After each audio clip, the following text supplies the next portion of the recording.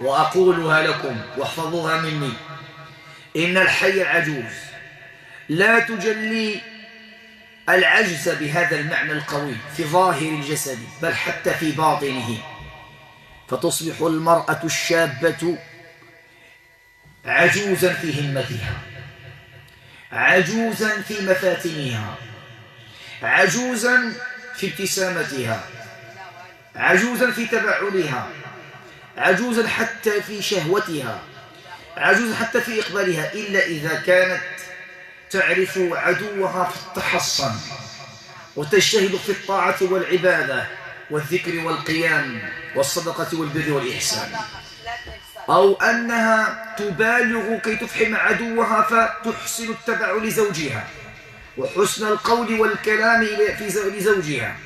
وإلا فحقيقة العجوز أنها تجعل المرأة الجميلة، المرأة الشابة، تجعلها تطالعها النساء، الرجال، الأقارب، كأنها امرأة عجوز، كأنها في جلدها عجوز، في أسنانها عجوز، في عينيها، في خديها، في أجفانها عجوز، نعم في ظهرها عجوز.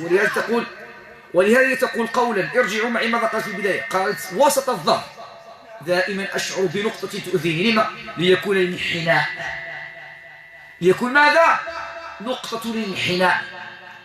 هي كتسمع حنا هي كتكلم حنا كنسمعوا. علاش كنسمعوا؟ نضيعوا الوقت؟ لا، لنفهم. لتكون نقطة الانحناء، نقطة الانحناء عند من؟ عند العجوز. العجوز تريدها دائما سلبية غير إيجابية. عجوز، وهالعجوز ما هي إلا نقطة من النقاط القوية السلبية العالقة في بدنها، ما هي إلا نقطة من النقاط السلبية والأعداء في بدنها، وهي هذه الشمطاء العجوز التي تؤذيها في روحها وفي صدرها، ودائما تشعر كما قالت في قلبها. العجوز كيف جئت إليها؟ وماذا تريدين منها؟ تكلمي، ماذا تريدين؟ كيف جئت إليها؟ سحر عظيم، سحر، عين وحسد، عين وحسد، وهي صغيرة.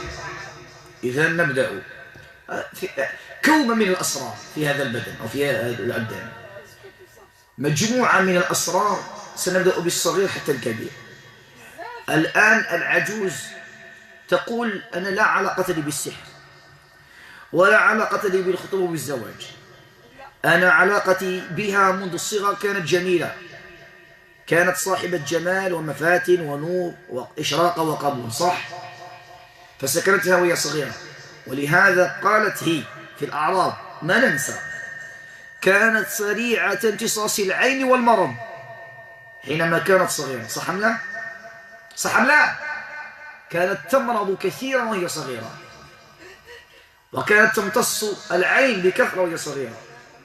والحية حين كانت تسكنها، فكلما نظر إليها الناظر أو من ينظر إليها كلما أخذت الحية قوة فتجلت عليها وأضعفتها، كحال النساء ما تسكنها حية أو حيات أو جن وتكون سريعة امتصاص العين، كلما ذهبت إلى مناسبات ورجعت إلى البيت لا تستطيع الحركة يوم أو يومين أو 3 أيام، ثقل في العظام وفي المفاصل، لأن من فيها أخذ سما، أخذ قوة وزادا فأثقل العظام والمفاصل. فافهم، هذا ما كان يقع معه وهي صغيرة، كانت تسكنها الحية، وكلما طالعها الناس أخذت القوة فأقعدتها وجعلت المرض يكون لأيام ولفترات، وربما تكون معه عاهة في القدم أو عاهة في السير أو عاهة في الخطوات، صح أم لا؟